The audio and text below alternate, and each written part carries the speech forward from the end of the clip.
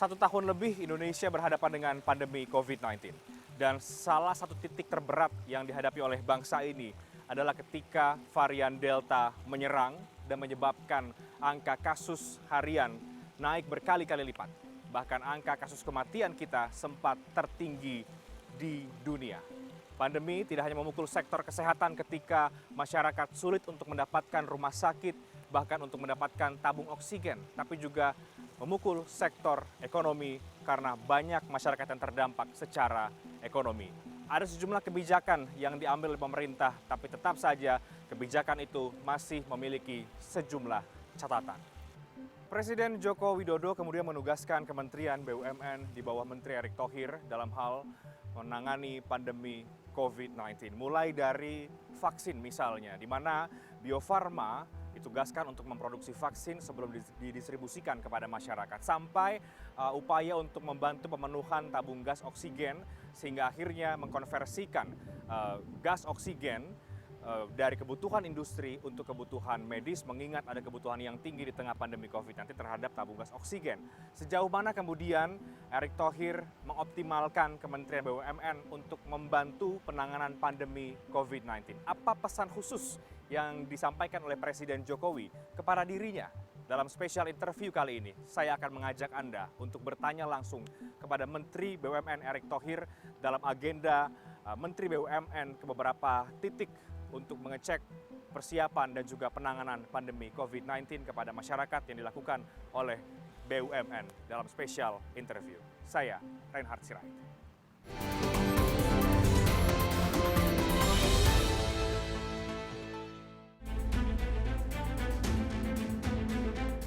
Pandemi COVID-19 tidak hanya memukul sektor ekonomi, namun juga berdampak pada ketahanan fasilitas kesehatan. Sebagai salah satu upaya memerangi pandemi, Presiden Joko Widodo meminta jajarannya untuk memaksimalkan program vaksinasi kepada masyarakat. Untuk mengejar target vaksinasi yang ditetapkan Presiden, Kementerian BUMN mendirikan sentra vaksinasi di sejumlah daerah, termasuk mendirikan sentra vaksinasi di pondok pesantren di Probolinggo, Jawa Timur. Menteri BUMN Erick Thohir menyampaikan pentingnya kehadiran sentra vaksinasi di pondok pesantren bagi para santri dan pengurus pondok. Sementara untuk melepas ketergantungan akan vaksin impor, Erick mengatakan Kementerian BUMN tengah berupaya menghadirkan vaksin buatan Indonesia, yakni vaksin merah putih. Mana BUMN pun sekarang ditugaskan untuk melakukan program vaksin merah putih, jadi vaksin buatan Indonesia, yang insya Allah itu bulan Mei akan terlaksana lah, insya Allah. Kita coba bekerja keras sehingga kita tidak tergantung lagi dengan vaksin impor. Kita juga melakukan terobosan juga vaksin BUMN, karena kan intinya makin bagus kita bisa mandiri vaksin, tidak tergantung dengan negara lain, itu makin baik. Selain mendukung program vaksinasi, kebutuhan oksigen di tengah pandemi juga direspon oleh Menteri BUMN Erick Thohir. Perusahaan plat merah Petrokimia Gresik mengaktifkan kembali unit produksi oksigen dengan kapasitas produksi mencapai 23 ton oksigen liquid per hari. Konversi produksi oksigen dari kebutuhan untuk industri ke medis dilakukan guna membantu pemerintah menjamin ketersediaan oksigen medis di masa pandemi COVID-19. Jumlah pasien COVID-19 di Indonesia sampai saat ini terus bertambah. Situasi pandemi diperparah dengan merebaknya varian Delta. Meski mampu menurunkan angka kasus harian, pemberlakuan PPKM darurat di satu sisi berdampak langsung terhadap ekonomi masyarakat. Keberadaan perusahaan plat merah diharapkan mampu memainkan peran masing-masing dalam penanganan pandemi, termasuk pemulihan sektor ekonomi.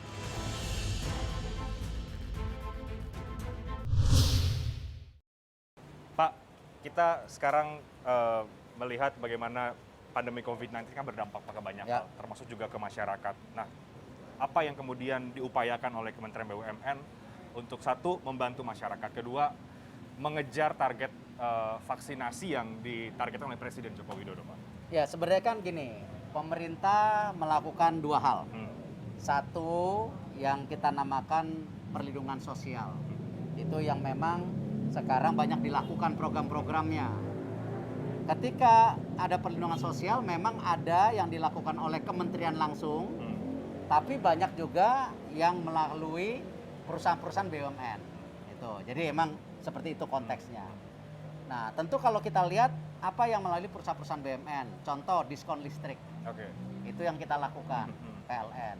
Atau hari ini yang kita saksikan sama-sama, ini ada Pak Ya. Dirut BRI, Pak Sunarso, kita sedang melaksanakan bantuan Presiden Usaha Mikro. Oke. Nah, di mana Bapak Ibu yang hadir hari ini, Kita sambil jalan, Pak, ya, sambil melihat ini masyarakat. dari Ultra Mikro Mhm. yang alhamdulillah mendapatkan bantuan daripada program pemerintah ini. Oke. Nilainya saya rasa sangat bagus, 1,2 juta per orang. Dan ini tentu sangat menolong tadi rakyat yang pada saat ini Terdampak pandemi COVID-19. sangat terdampak gitu. Oke. Termasuk juga untuk vaksin ya, Pak? Vaksin kebetulan ya kami memang bagian dari CSR. Mhm. Jadi, nah vaksin pun sebenarnya kan ada dua macam. Ada yang program pemerintah yang memang gratis, ada yang gotong royong, dibeli oleh perusahaan, tetapi dibagikan gratis kepada tadi rakyat, ya, atau pegawainya, atau melakukan program CSR. Nah, kami hari ini sih kita melakukan bantuan kepada program pemerintah kesehatan. Jadi kita lakukan juga kepada semua yang Ya. memerlukan saat ini. Oke. Baik, Pak Menteri, melihat langsung bagaimana proses pemberian bantuan, kemudian juga vaksin kepada masyarakat. Dari yang Bapak lihat dari tempat ke tempat, apa yang Bapak tangkap dari keadaan sekarang gitu? Ya. Saya rasa realitas yang harus kita hadapi bahwa memang COVID-19 ini kan ya ini rahasia Allah. Kita nggak bisa, ya semua Allah lah. Nah, memang pada saat ini untuk melawan COVID-19 ya vaksin menjadi game changer. Itu harus melakukan dengan vaksin. Nah, vaksinasi yang 2 kali itu dengan data-data sangat terlihat. Masyarakat yang sudah divaksin 2 kali ketika kena COVID ya itu dampaknya tidak fatal. Tapi banyak yang meninggal karena belum divaksin. Sama sekali bahkan. Itu yang tentu harus menjadi pengertian bersama. Dan memang tentu banyak juga pihak kadang-kadang nih vaksin seperti apa? Halal. Apakah vaksinnya ini juga efeknya sampingnya kembali? Masih banyak pertanyaan-pertanyaan di masyarakat Pasti. yang kemudian. Tapi kan kita ngelihat bahwa seluruh dunia tidak mungkin manusia ini mau divaksin kalau efek sampingnya sangat membahayakan. Ini seluruh dunia loh. Nah, tentu mengenai vaksin halal, pemerintah juga memastikan ya vaksin-vaksin yang diadakan pemerintah itu tentu ya, apalagi MUI sendiri sudah memberikan pendapat bahwa selain itu halal pada saat-saat darurat seperti ini, vaksin hanya harus diperlukan. Nah, jadi hal-hal ini tentu apalagi kita negara Muslim terbesar ya, kehalalan adalah menjadi sesuatu yang memang yang sangat penting dan faktor utama. rakyat kita harus mendapat perlindungan. Nah, seperti ini ya kita lakukan bersama-sama. Oke. Gitu. Saya ke Pak Dirut, Pak. Dalam memberikan program bantuan kepada masyarakat lewat Bank Plat Merah, kemudian juga seperti ini ya, misalnya melakukan vaksinasi kepada masyarakat. Apa yang kemudian menjadi, karena tadi juga banyak kita bahas bahwa masih banyak orang yang bertanya-tanya soal vaksin misalnya, itu menjadi tantangan tersendiri tidak Pak dalam melakukan program, dan apa respon dari masyarakat yang Bapak tangkap sejauh ini? Di dalam menghadapi pandemi ini, 2 hal yang paling penting. Satu adalah menyehatkan manusianya, supaya dia tahan, paling tidak bisa beradaptasi dengan COVID ini.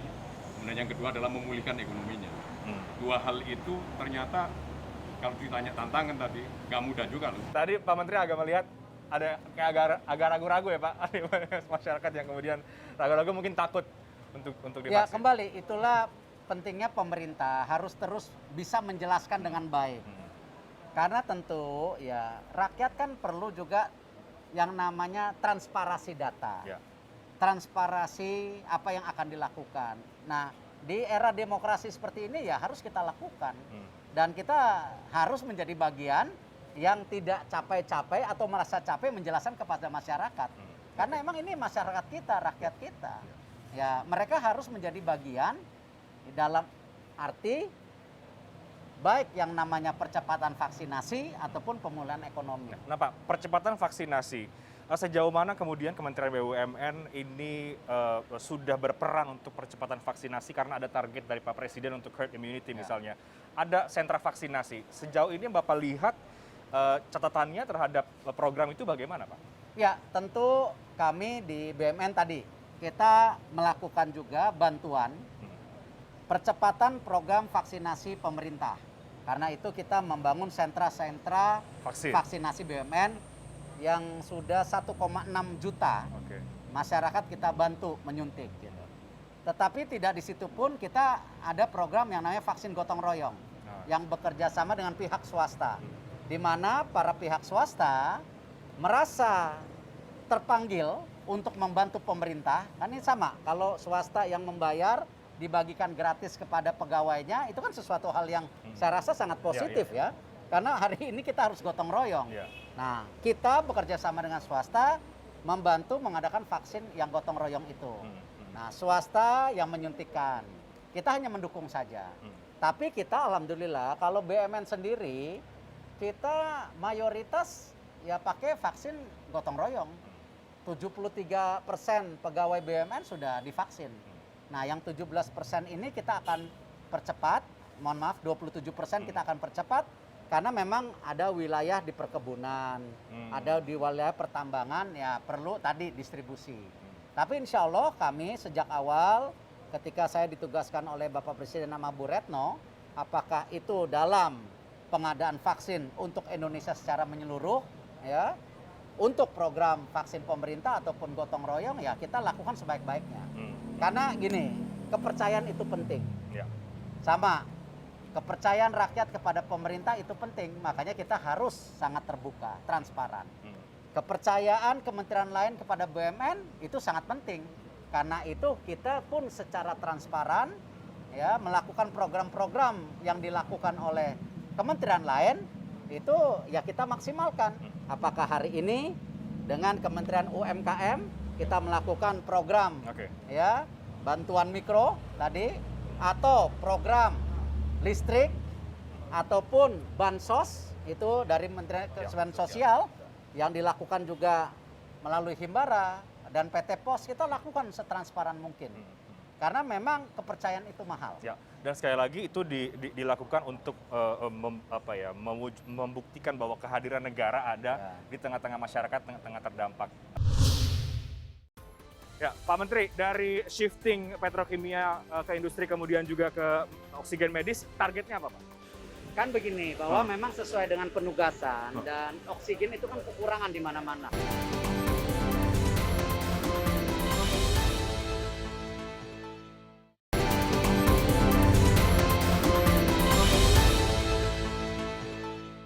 Pak Erik, sekarang kita ada di pabrik petrokimia, Pak. Ya. Ini apa yang bisa Anda jelaskan dari ini tampaknya membuat konversi ya, Pak, dari jadi si Petrokimia Gresik membuat inisiasi. Ini kan rumah sakit IHC, kelas tipe C.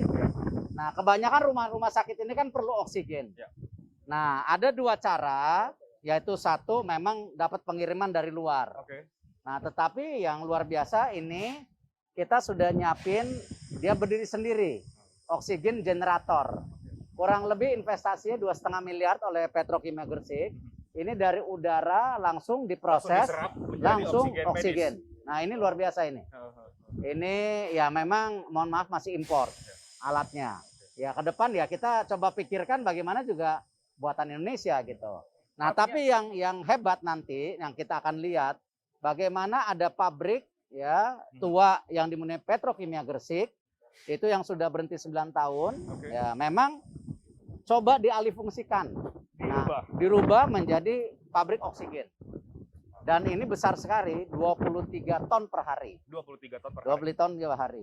Nah, jadi yang kita lihat di belakang ini, Pak Erik, ini adalah oksigen yang nantinya digunakan untuk medis, Pak. Untuk medis, ini rumah sakitnya. Ini rumah sakitnya.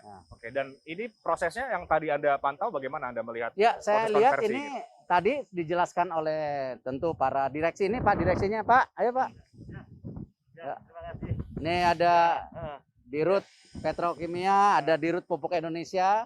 Tadi lagi dijelaskan ke CNN Iya. bahwa generator oksigen ini yang bagusnya dia langsung ngeling dengan rumah sakit. Iya. Tetapi yang tadi saya bilangkan, yang besarnya nanti kita tinjau, Iya. yang 23 ton per 23 hari. ton per hari produksi. Nah, kalau ini cukup buat rumah sakit tipe C. Oh. Ya, kalau yang 23 ton itu udah. Ada untuk Oke. Nah, yang sejauh Anda lihat, Pak Erik, Pak pantau, Pak, gimana proses untuk konversi ini sehingga bisa menghasilkan oksigen yang dibuat langsung ini?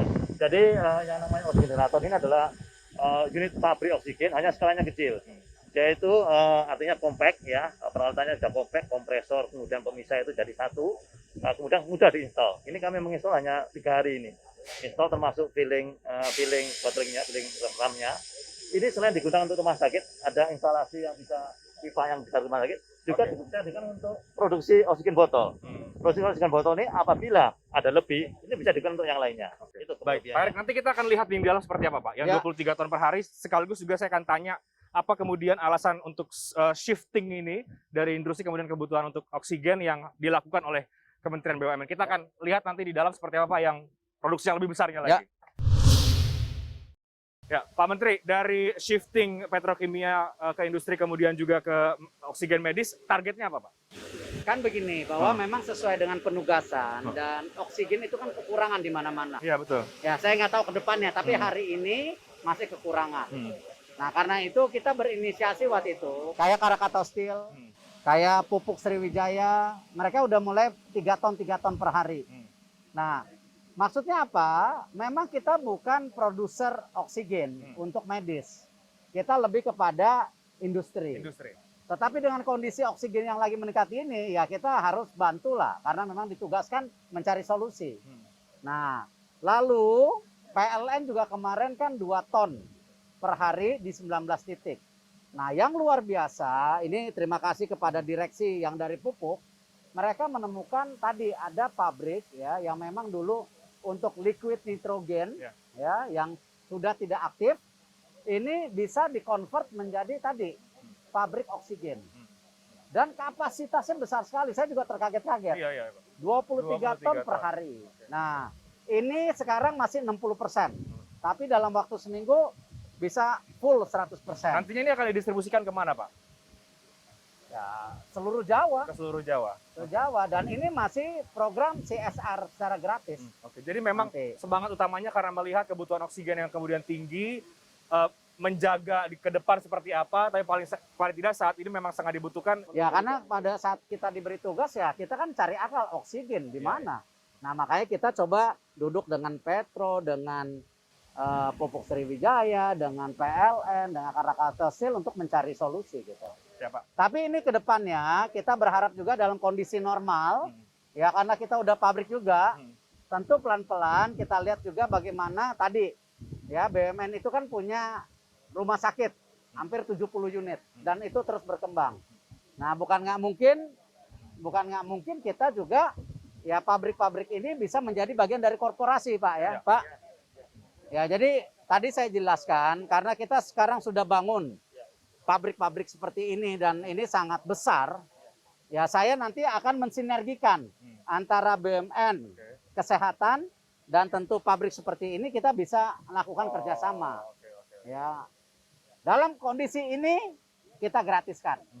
Tapi dalam kondisi nanti tidak mungkin nanti ini pabrik mangkrak lagi. Iya, Pak. Nah, kita harus tadi sinergikan dengan BUMN kesehatan. Oke, menarik, Ya. Pak. Mudah-mudahan Karena BUMN kesehatan juga perlu ini gitu, sewaktu-waktu. Nah, kita coba sinergikan lah. Baik, Pak. Menarik. Mudah-mudahan nanti semuanya rencananya lancar, Ya. Pak Erik, yang sudah Makasih. dilakukan oleh BUMN. Kita lanjutkan lagi. Kan Bapak Presiden selalu menekankan kepada saya bahwa saya harus turun. Memastikan keberadaan BUMN ini bukan jadi beban masyarakat.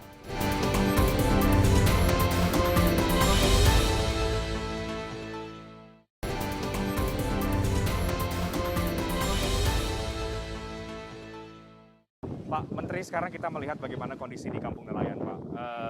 Bapak tadi banyak bicara juga soal kesulitan yang dihadapi dan juga apa solusi yang diberikan. Dalam menghadapi pandemi, sering kita dengar Pak Menteri menyebut soal pentingnya gotong royong. Menurut Bapak bagaimana gotong royong seharusnya kemudian dilakukan oleh seluruh bangsa ini agar sama-sama kita bisa keluar dari kesulitan pandemi COVID-19? Ya, saya rasa gini, kita mesti akui bahwa nelayan ini kan pahlawan protein. Asupan protein sangat penting untuk kesehatan dan juga untuk otak kita. Kalau kita mau jadi bangsa yang besar, kita juga harus menyiapkan generasi muda yang berpotensi di pendidikan dan hasilnya menjadi tulang punggung kita. Nelayan ini luar biasa. Nah, tentu kita negara kepulauan, sudah harus negara hadir. Nah, tentu kami sebagai BUMN ya sesuai dengan penugasan. Salah satunya bagaimana? Ya, salah satunya tentu tadi mengenai BBM. Ya, kita ada program Pertashop yang sekarang masuk ke desa-desa ya di mana dengan jarak 5 km penduduk desa bisa dapat program BBM yang satu harga. Jadi tidak yang mahal-mahal. Nah, ini saya pertama kali datang melihat daripada sistem logistik yang ada di nelayan, di mana nelayan ini tadi 60% salah satunya di BBM, baik solar dan premium. Nah, saya tadi langsung telepon di Rut Pertamina sedang berpikir, mungkin nggak Pertashop bisa juga hadir di tempat nelayan. Ya, nanti jaraknya kita pikirkan. Yang kedua, tadi saya juga mampir ke Koperasi Nelayan, jumlahnya ada 160 anggota, tetapi yang saya sangat kaget, ibu-ibu nelayan ini belum ada akses program Mekar yang 1-4 juta. Nah, ini di banyak tempat sudah. Dan itu langsung Bapak Nah, sarankan. dan ini kan bagus, bapak-bapaknya pulang membawa hasil, ibu-ibunya melakukan kegiatan produksi yang lebih baik. Tadi ada yang bikin kerupuk, ada yang macam-macam turunannya. Nah, ini akses permodalan bisa masuk. Itu 1-4 juta. Di seluruh Indonesia sudah ada 10 juta nasabah Mekar dan ibu-ibu semua, ibu-ibu semua. Nah, jadi tadi saya bilang akses pendanaan harus hadir juga di tempat nelayan ini, ya. Dan saya akan pastikan. Yang terakhir pemasaran. Ini yang memang menjadi kunci yang terbesar. PR-nya itu, Pak. Itu besar, makanya tadi untuk BBM saya akan selesaikan, untuk akses permodalan saya akan selesaikan, untuk akses pasar saya akan pelajari dulu karena saya tidak mau janji-janji yang tidak bisa. Baik. Ya. Meninjau vaksin kita di beberapa titik di Jawa Timur, kemudian juga melihat konversi di petrokimia sampai sekarang, kemudian melihat bagaimana kondisi di nelayan, Pak. Ada banyak tugas tampaknya dari Presiden Jokowi untuk Bapak. Ada pesan khusus, Pak, dari Pak Presiden Ya, untuk Pak Erick? kan Bapak Presiden selalu menekankan kepada saya bahwa saya harus turun. Memastikan keberadaan BUMN ini bukan jadi beban masyarakat, tetapi sesuai dengan tupoksinya apa? Membantu menteri-menteri lain, yaitu membantu daripada public service, pelayanan publik. Seperti tadi kalau kita bicara mengenai oksigen, BUMN tidak produksi oksigen medis. Ya. Tapi dengan kondisi sekarang, oksigen sangat diperlukan, swasta sudah luar biasa ya, semua teman-teman swasta sudah melakukan, tapi masih kurang. Nah, karena itu kita meminta Krakatau Steel, meminta tentu ya kan Pupuk Sriwijaya coba membantu. Alhamdulillah dapat 3 kilo per hari. Ya, 3 ton per hari. PLN dapat 2 ton per hari. Yang luar biasa hari ini. Petrokimia Gresik ada pabrik yang terbengkalai, sekarang dihidupkan kembali setelah 10 tahun produksi 23 ton. Ini kan luar biasa. Bukan kita mau mengambil peran orang, kita hanya mendukung. Sama seperti hari ini nelayan, ya. Kita punya program Pertashop yang di desa-desa, di mana memastikan BBM satu harga dapat akses yang baik. Nah, tentu yang tadinya ada di desa-desa, kebetulan saya ngeliat di nelayan ini kok sepertinya cost atau produksinya juga tergantung BBM. Jadi memastikan BUMN tidak menjadi beban, tapi justru Kita bagian dari solusi coba dalam lakukan pandemi. itu. Nah, hari ini ke nelayan seperti itu juga. Oke. Apakah akses pembiayaan, apakah BBM gitu. Jadi saya kembali tidak ada mengambil alih peran siapa-siapa, saya mendukung. Baik, Pak Erick terakhir, Pak. Bagaimana optimisme Pak Erick Thohir, Menteri BUMN, bangsa kita agar bisa keluar dari pandemi COVID-19, terutama masih banyak varian-varian baru yang kemudian masuk. Ya, Mungkin saya menyebar rasa keluar Jawa. hanya 3. Satu, kita semua harus bergotong royong dan berdisiplin. Itu yang paling penting. Ya, mayoritas penduduk kita beragama Muslim. Kita dilatihkan disiplin. Banyak juga agama-agama lain juga mengajarkan disiplin. Pasti kita bisa kalau kita sama-sama bergotong royong dan berdisiplin. Yang kedua, percepatan vaksin harus dilakukan, Percepatan vaksin menjadi kunci itu utama, ya. Dan yang ketiga, memakai masker. Oke.